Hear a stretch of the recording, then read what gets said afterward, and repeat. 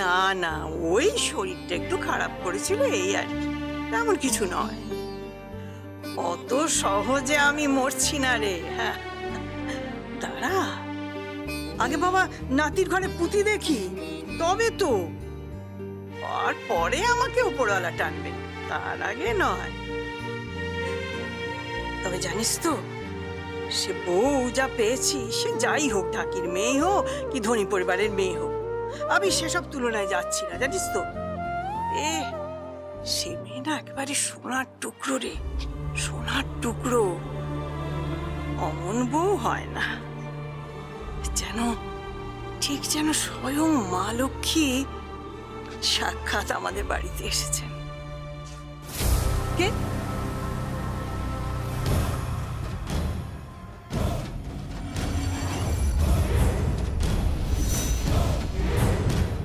কার সাথে কথা বলছো? তুই ফোনটা কাটলি কেন? তুমি কার সাথে কথা বলছো?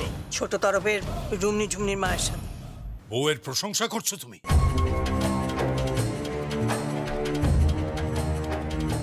হ্যালো, হ্যাঁ, না না না, বউ আমরা পছন্দ করি, আমরা অ্যাকসেপ্ট করিনি বলছি তো।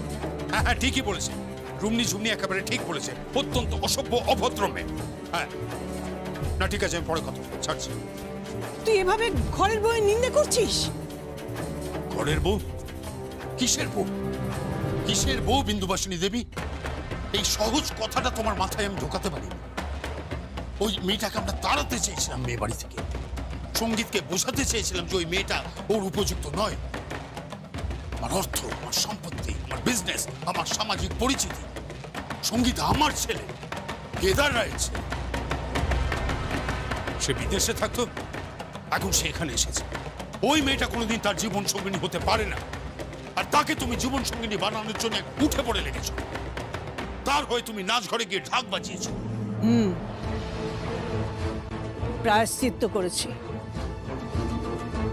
তোর বাবার করা অপরাধের প্রায়শ্চিত্ত করেছি। বিন্দুবাসিনী দেবী, হ্যাঁ, আমি একদিন রেডিও স্টেশনে তবলা বাজিয়েছিলাম বলে তোর বাবা আমার মুখ দেখেনি, আর তুই ওই মেয়েটা ঢাকির মেয়ে বলে তার সঙ্গে অনাচার করছিস। তার প্রায়শ্চিত্ত করছি। কি ভেবেছিলি তুই? তোর একার মাথায় খুব বুদ্ধি আছে? আরে আমি তোর মা, বুঝলি? আমি তোর মা। পেটে ধরিনি বলে ভাবিস না যে তুই আমার ছেলে নোস। আমি তোমার সৎ ছেলে, বুঝতে পেরেছো? আমি তোমার সৎ ছেলে, আর সেটা তুমি বারবার প্রমাণ করে দিয়েছো। যত চেষ্টাই তুমি করো না কেন, একটা কথা মনে রেখো, যমুনাকে আমি কিছুতেই এই বাড়িতে থাকতে দেব না বিন্দুবাসিনী দেবী, কিছুতেই না। যমুনা কিন্তু চাইলে তোকে ঢাক বাজাতে দিয়ে তামাশা করতে পারতো,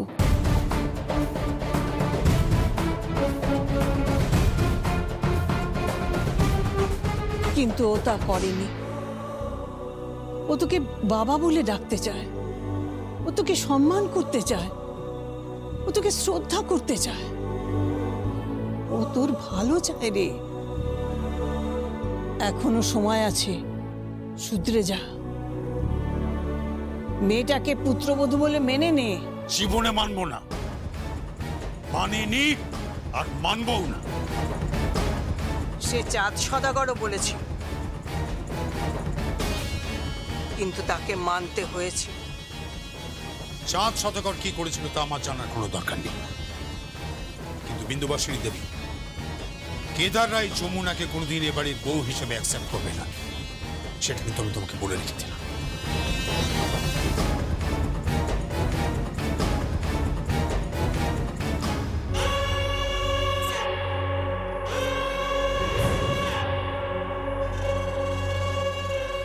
আপনি এখানে? আমি তো আপনাকেই খুঁজছিলাম। কেন? আসলে এটা তো কালকের জামা কাপড়, আপনি জামা কাপড় ছেড়ে নিন, তারপর জামা কাপড়গুলো আমায় দিয়ে দিন, আমি কাচতে দিয়ে দেবো। জামা কাপড় কাচতে হবে, তারপর সেটাই ইস্ত্রি করতে হবে। আপনি তো কাল সকালে আবার বেরোবেন। এই না হলে বউ কেমন সংসারের দায়িত্ব নিয়ে নিয়েছে বলতো? আমার কোনো কাজের দায়িত্ব তুই নিবি না, কারণ এই কাজগুলো অন্য কেউ করবে। কে কে করবে? বাড়িতে লোকের অভাব নেই, ঝি চাকরের অভাব নেই। তোর মতো কোনো নতুন পরিচারিকা বা ঝি রাখবার কোনো প্রয়োজন আমার নেই।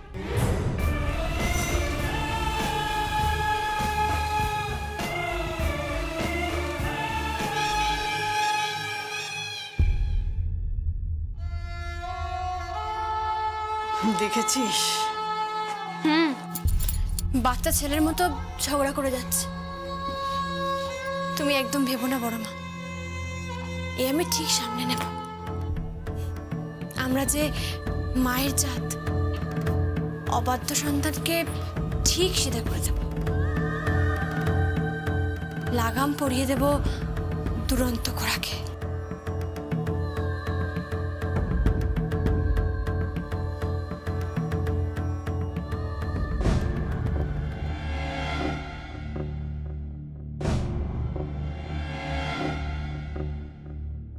বাবা, শ্বশুরমশাইকে ঘোড়া বলছে, আবার লাগাম পড়াবে বলছে। কি সাহস, কি সাহস!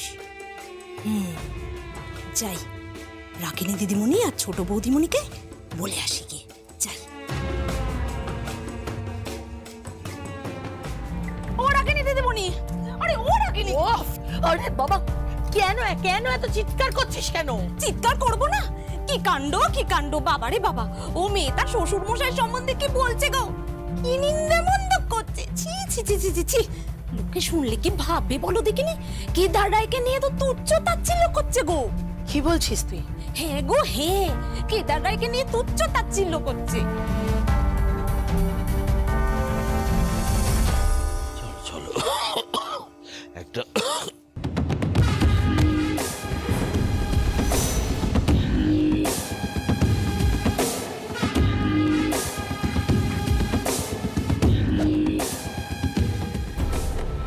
আগে দাদাবাবু কিছু বলবেন? আমি কিছু বলবো না, যা বলার উনি বলবেন।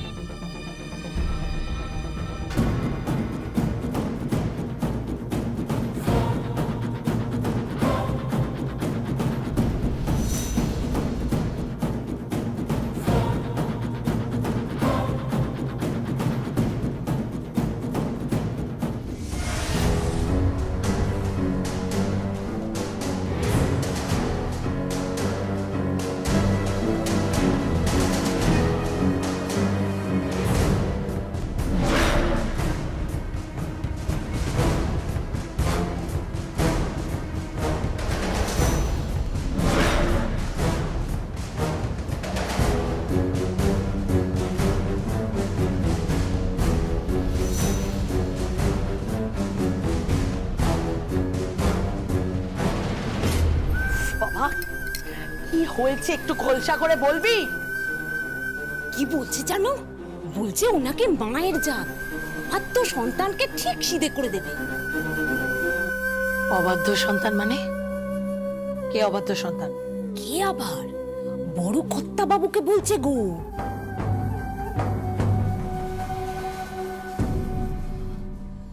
কি বলছিস তুই? হ্যাঁ গো হ্যাঁ। ওর এত বড় সাহস!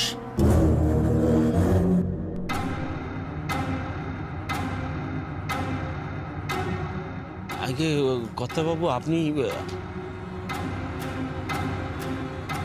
কোথায় যাচ্ছিস?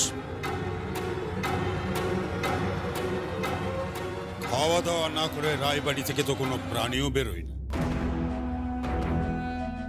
না আসলে মাফ করবেন বড় কর্তাবাবু, এ বাড়িতে মেয়ে দিয়েছি তো, তাই কুটোটিও দাঁতে কাটতে পারবো না।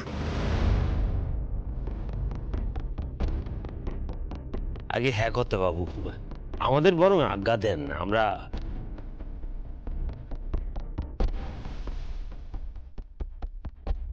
দুটো দিন পরে গেলেও তো পারতিস।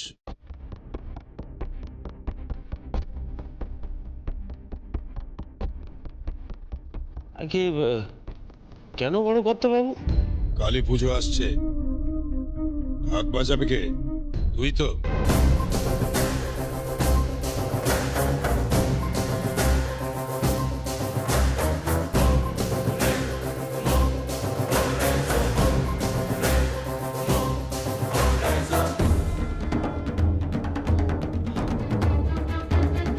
আগে কথা বাবু, আমি ঢাক বাজাবো রায়বাড়ি?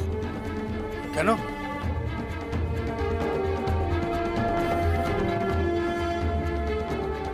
তুই বাজাবি না তো কে বাজাবে? পুরুষ ধরে রায়বাড়ির সমস্ত অনুষ্ঠানে তো তোরাই ঢাক বাজিয়ে আসছিস, সেটা তুই ভুলে গেলি? না এবছরে হঠাৎ তার ব্যতিক্রম হতে যাবে কেন? তুই কি সাপের পাঁচ পা দেখেছিস নাকি? না বাবু, তা নয়, আসলে এ বাড়িতে তো আমরা মেয়ের বিয়ে দিয়েছি।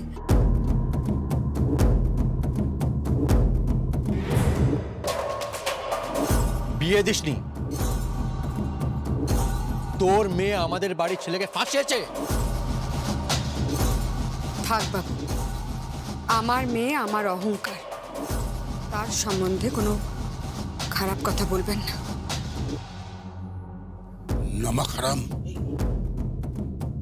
বাবু বাবু রাগ করবেন না বাবু, ওর ভুল হয়ে গিয়েছে। আমি ওর হয়ে আমার পয়সায় তোদের এই সমস্ত পোশাক পরেছিস, রায়বাড়ির পয়সায় তোদের খাওয়া দাওয়া চলে, বড় বড় কথা বলছিস। তুই ঢাক বাজাবি, কালী পুজোয় তুই ঢাক বাজাবি।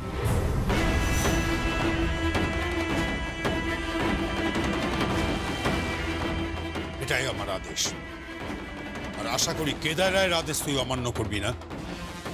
বাবু, দুর্গাপুজোয় 5 দিনের জন্য ঢাক বাজিয়ে 20,000 টাকা পেয়েছিলি না? এবার একদিনের জন্য তোকে আমি 20,000 টাকা, এক রাতের জন্য কালী পুজোয় তুই ঢাক বাজাবি। তুই ঢাক বাজাবি আর সবাই দেখবে যে কেদার রায়ের কুটুমের স্ট্যাটাস কি, স্ট্যান্ডার্ড কি। সে ঢাক বাজায়, সবাই দেখবে, আর আমি তামাশা করব, ঠিক যেমন যমুনা আমাকে নিয়ে তামাশা করছে। তুই ঢাক বাজাবি, তুই, এটাই আমার নির্দেশ। আশা করি তুই নামাকারামি করবি না, বেঈমানি করবি না। না না বাবু, আমি নেমো খারাপ না। কথা দে যে কালী পুজোয় তুই ঢাক বাজাবি।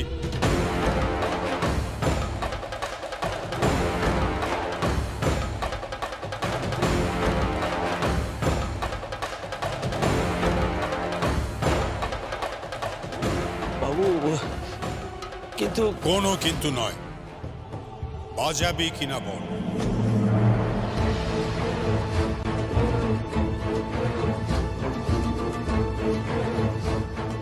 হ্যাঁ বাবু।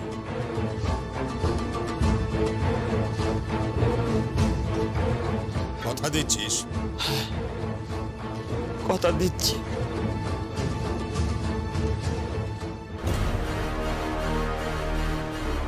শুধু তাই নয় গো, আরো অনেক কথা বলেছে। কি সে কথা আমি মুখে আনতে পারবো না বাবা। বল না, কি বলেছে?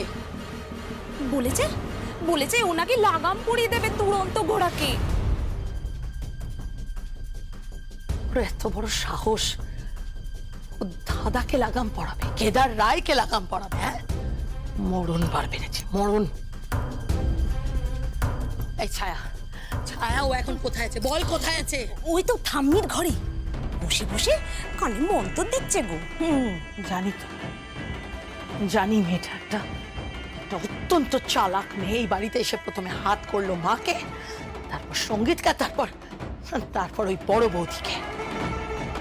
তবে ও বোধহয় জানে না যে কেদার রায়কে এত সহজে লাগাম পরানো যায় না। অন্তত পক্ষে একটা ঢাকির মেয়ের হাতে ওই লাগাম কোনোদিনও উঠবে না, কোনোদিনও না।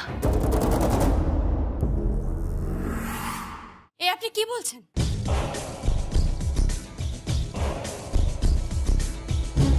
আমার বাবা অসুস্থ, আর তাছাড়া ওনারা আপনার কুটুম হন, আপনি ওনাকে দিয়ে ঢাক বাজাবেন?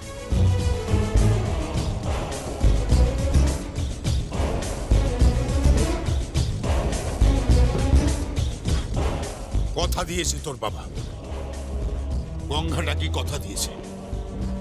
কয়েক পুরুষ ধরে আমাদের বাড়িতে যত উৎসব হয়, দুর্গাপুজো, কালী পুজো, সবেতে তো তোরাই ঢাক বাজাস। গঙ্গার বায়না আমি 20,000 টাকা করে দিয়েছি। গঙ্গা, কথার খেলাফ যেন না হয়।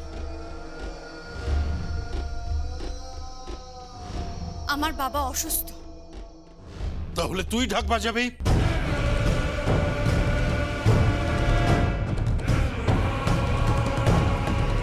বাবা, না,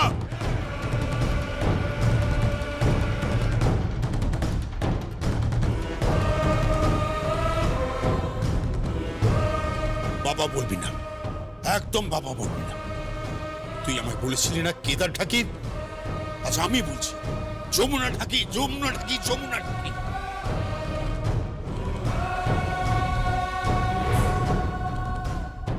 কালী পুজোর রাত্রে তুই ঢাক বাজাবি, তুই।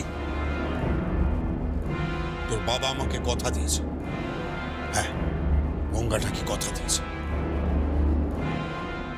কথার খেলাফ যেন না হয়। কেদার রায় কখনো কথার খেলাফ করে না, তাই আমিও চাই না যে তোরা কথার খেলাফ কর।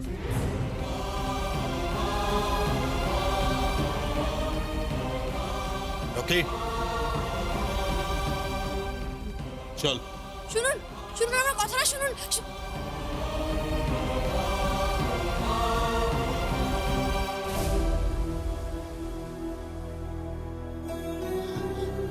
বাবা, তুমি এটা কি করলে? তুমি বায়না কেন নিলে? বাবা সম্পর্কে ওনারা তোমার কুটুম হন। মা, তুমি কেন বারণ করলে না বাবাকে? না, আসলে কি হয় জানিস, উনি এমন করে আদেশ করলেন যে আমি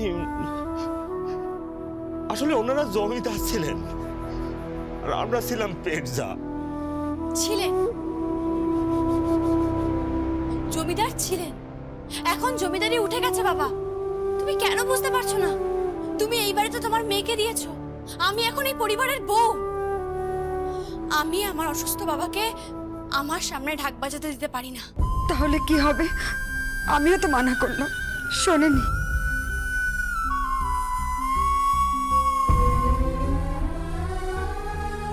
আমি ঢাক বাজাবো।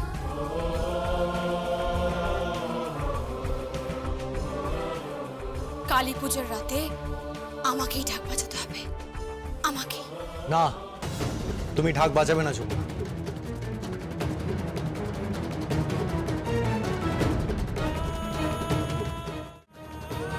যমুনা, যমুনা, ওরা তোমাকে অপমান করবে। করুক, করুক অপমান।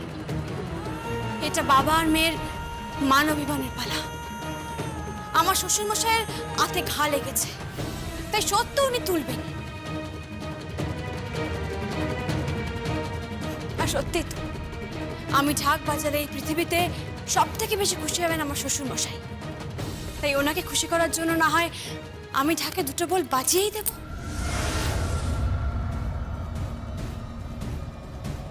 ঢেক তাগুর তাকদিমাদিম, ঢেক তাগুর তাগুর তাগুর, ঢেক তাগুর তাকদিমাদিম, ঢেক তাগুর তাগুর তাগুর, ঢেক তাগুর তাকদিমাদিম, ঢেক তাগুর তাগুর তাগুর, ঢেক তাগুর তাকদিমাদিম, ঢেক তাগুর তাগুর তাগুর, দিদিন দিন দিদিন দিন দিদিন দিন।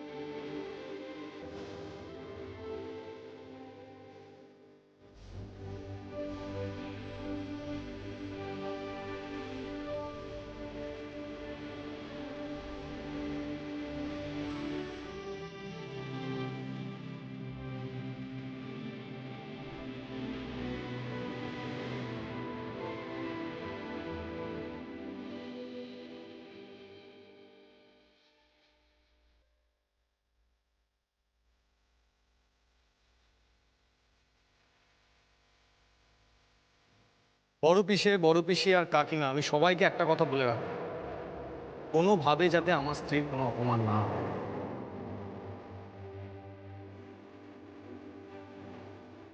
ও রান্নাঘরে ঢুকবে, রান্নাও করবে, বাড়ির আর 5টা বইয়ের মতোই থাকবে।